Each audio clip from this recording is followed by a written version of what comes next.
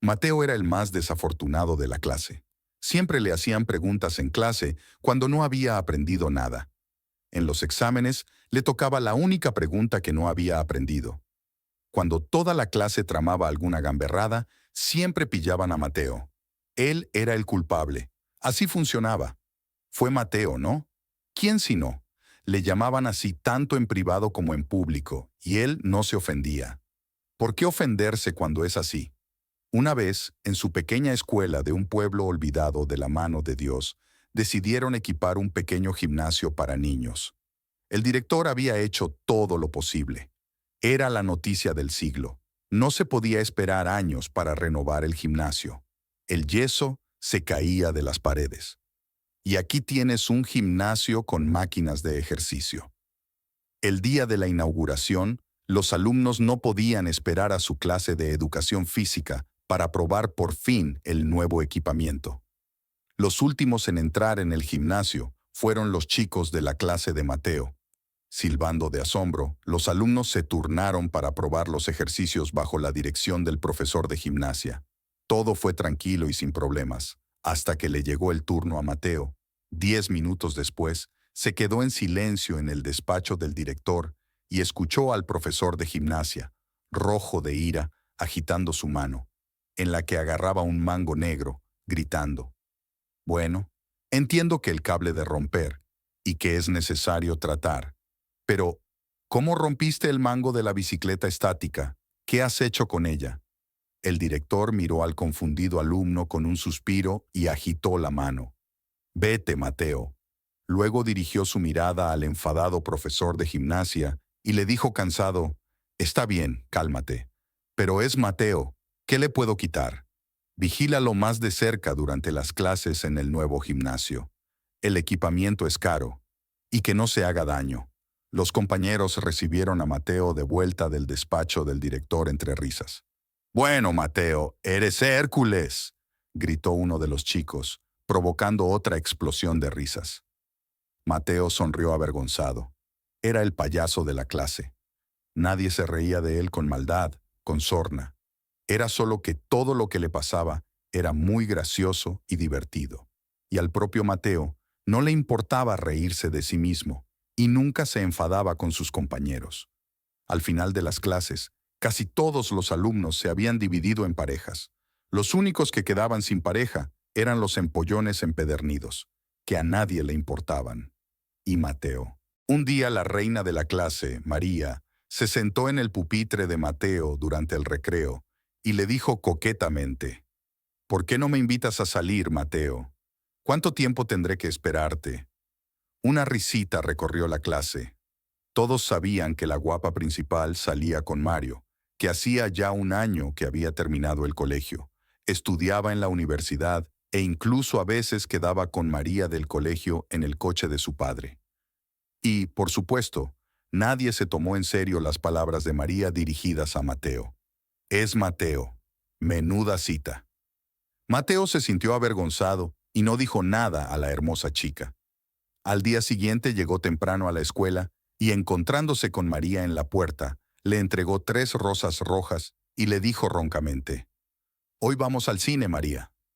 La chica miró incomprensiblemente al pretendiente, luego entornó los ojos y cantó cariñosamente: «Mateo, aprecio mucho tu relación. Pero no deberías haber roto la hucha de tu infancia por mí. No puedo aceptar ese tipo de sacrificio». Y girando sobre sus talones, regresó a su pupitre ante las risitas de sus amigas. Y después de clase, un desanimado Mateo, que salía del instituto tras María, la vio subir al coche de su novio. Y salieron a toda velocidad, doblando una esquina. Por supuesto, Mateo se sintió herido. Incluso se preocupó un poco, tumbándose en el sofá un par de días y mirando al techo. Pero pronto se rió con todo el mundo de este caso. Efectivamente, pero ¿cómo no se dio cuenta enseguida? Había traído flores. Mateo era tan hombre que no podía ofenderse ni enfadarse durante mucho tiempo. Los niños celebraron su graduación con diversión y algarabía.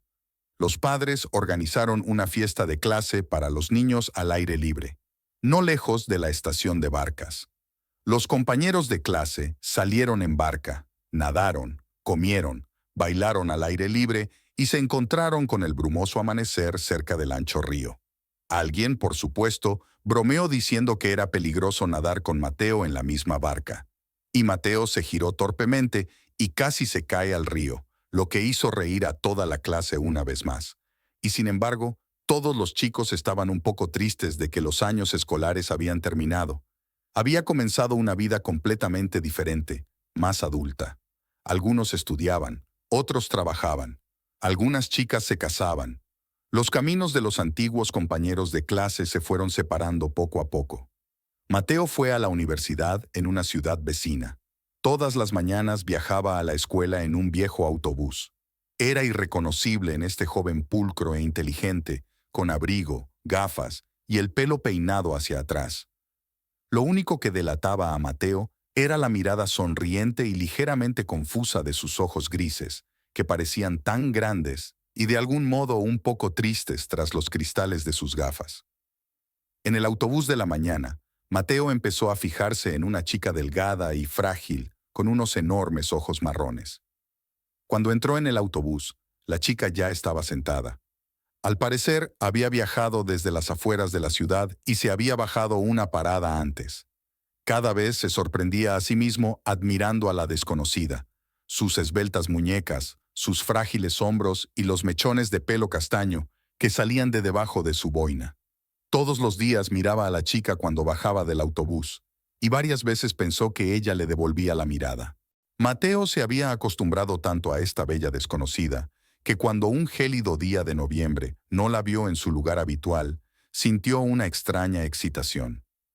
La buscó con la mirada por todo el interior del autobús, y al no encontrarla, incluso se sintió de alguna manera molesto. Durante 15 días, mientras la chica no estaba allí, Mateo no encontró su sitio, y cuando por fin la vio sentada en el mismo asiento junto a la ventanilla y leyendo un libro, se sintió tan feliz que involuntariamente sonrió ampliamente. Durante todo el trayecto, Mateo admiró a la desconocida, y cuando ella echó el libro en su mochila y se bajó en su parada, él saltó de repente de su asiento, cruzó corriendo el autobús y la siguió hasta salir por las puertas que se cerraban. Tropezó y se le cayó la mochila al suelo. Al oír el ruido, la chica se giró, vio a Mateo y se detuvo. Él recogió su mochila y se acercó a ella, ajustándose las gafas. La chica sonrió. Creía que ya no te atreverías a acercarte. Mateo y Valeria llevaban juntos un año entero. Durante todo un año, él había estado bajando del autobús en la misma parada, acompañándola al instituto y luego corriendo, ya tarde, a su universidad.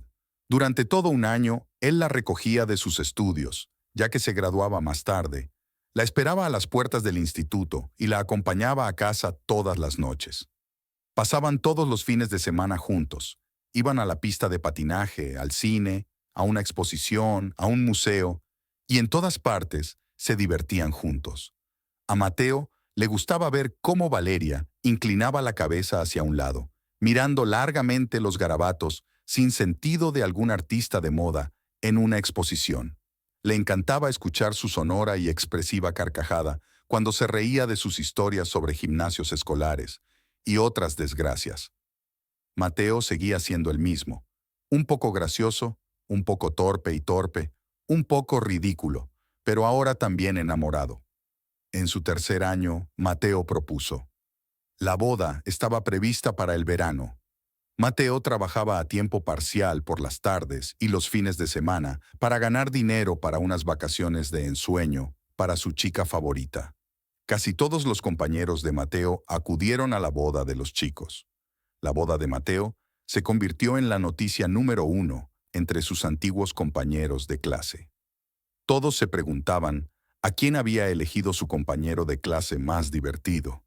Cuando vieron a los recién casados, todos se quedaron helados. El maduro Mateo con su austero traje y la ligera y delicada Valeria, ligera como una nube, formaban una pareja tan hermosa que era imposible admirarlos. María, que estaba sentada en la mesa nupcial, para entonces ya divorciada, suspiró teatralmente. Oh, entonces debería haber ido al cine con Mateo. La vida después de la boda siguió como siempre. Mateo, que había terminado la universidad, trabajaba. Valeria esperaba un hijo, arreglaba el nido familiar y escribía cuentos. El joven marido estaba encantado de que pronto sería padre, y le sopló el polvo a su mujer. El embarazo transcurrió perfectamente. Valeria estaba un poco preocupada antes del parto, pero se sentía muy bien. El día del parto, el futuro padre, preocupado, llevó a su mujer a la maternidad. Allí se despidieron durante mucho tiempo, cogidos de la mano. A Valeria le corrían las lágrimas por las mejillas. Mateo la calmó como pudo. En toda la noche no pudo pegar ojo. No hubo llamadas ni mensajes de Lera. No se atrevió a molestarla. Por la mañana Mateo marcó el número de la maternidad y preguntó cómo estaba Valeria. La voz indiferente al otro lado de la línea dijo: a las 4:20 ha dado a luz a una niña. El bebé es normal.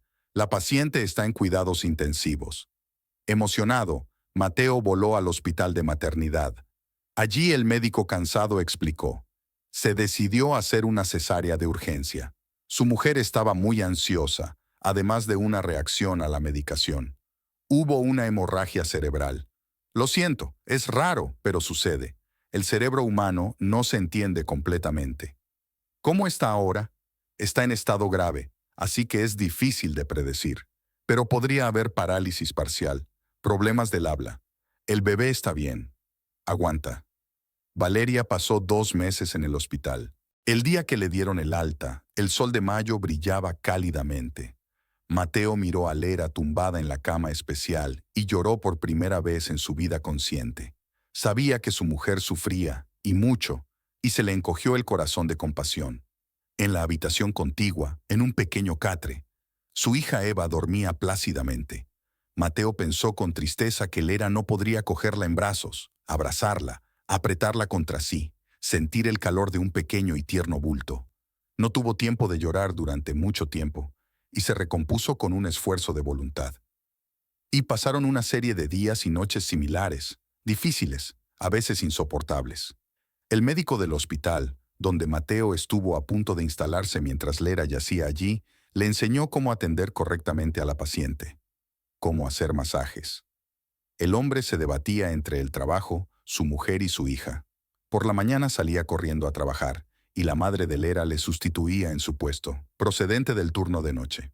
Cuando volvía a casa, trabajaba con su hija, lavaba y daba de comer a su mujer. Le daba un largo y agotador masaje, volvía a lavarla, volvía a darle de comer. Por la noche, Mateo se despertaba por el llanto de su hija a causa de los cólicos, o por los calambres en las piernas de Lera. Había días en los que no se veía ningún progreso en el estado de su mujer, y entonces Mateo casi se daba por vencido, sintiendo como si estuvieran estancados y nunca fueran a mejorar. Y entonces, el más mínimo cambio, mejoría, y era como si le crecieran alas a sus espaldas y estuviera listo para rodar montañas. La madre de Lerina, que también estaba preocupada por su hija, rezaba por las noches y daba gracias a Dios porque su niña tuviera un marido tan de oro. Cuando en invierno Mateo fue invitado por los compañeros de clase a la reunión, el 5º aniversario de la graduación, ella convenció a su yerno para que fuera, aunque él no quería ir. Mateo, tienes que ir, tomar el aire, relacionarte con tus amigos. Nos las arreglaremos, no te preocupes. Mateo se sentó en el café como una aguja. Echaba de menos a sus amigos, estaba cansado y quería olvidarse de sí mismo durante un rato. Pero las significativas y comprensivas miradas de sus amigos no le dejaban relajarse. Por supuesto, todos conocían su situación familiar, pero no decían nada. ¿Qué podían decir? Finalmente, uno de sus amigos, descarado e insolente, sacó a Mateo al aire libre y, fumando, le preguntó: ¿Cómo estás, Mateo? Estoy bien, todo está bajo control. Escucha, amigo, ¿has pensado alguna vez en dejarlo todo? Te estás construyendo a ti mismo y solo consigues destruirte. Tienes una hija, llévatela. ¿Y tu mujer? ¿Qué pasa con la esposa? Deja que los especialistas se ocupen de ella. Todavía eres joven, Mateo. Pablo, piensa lo que dices. Ella es mi esposa. Yo la elegí. y estaré con ella hasta el final. Y sé a ciencia cierta que si me pasara a mí, ella haría lo mismo. ¿Sabes dónde puedes meterte tus consejos? Era un caluroso verano, y Mateo y Valeria caminaban lentamente por un tranquilo callejón del parque. Un poco por delante de ellos, iba en una bicicleta de 4 ruedas de color morado, una preciosa niña de 3 años, con encantadoras pecas en la nariz respingona. Lera se agarraba con fuerza a la mano de su marido y caminaba cojeando, pero con bastante brío. 33 desgracias. De pronto los esposos oyeron por detrás y se volvieron. 2 chicos bajos y fornidos, gemelos, se dirigían a toda prisa hacia ellos, los compañeros de Mateo. «Hola, hermanos. ¿Qué hacéis aquí? Creía que os habíais mudado a la capital. Ni siquiera vinisteis a la reunión. Vinimos a visitar a mi madre. ¿Y cómo os va? Lentamente. Estamos criando a nuestros hijos, estamos caminando. Bien hecho, chicos. Nos alegramos mucho por vosotros. Saluda a todos los que veas, Mateo. Puede que no volvamos a ver a nadie». Después de ver a los gemelos alejarse por el callejón, Lera se volvió lentamente hacia su marido, le puso la palma de la mano en el hombro y le dijo en voz baja: 33 desgracias. Para mí, tú eres la mayor felicidad.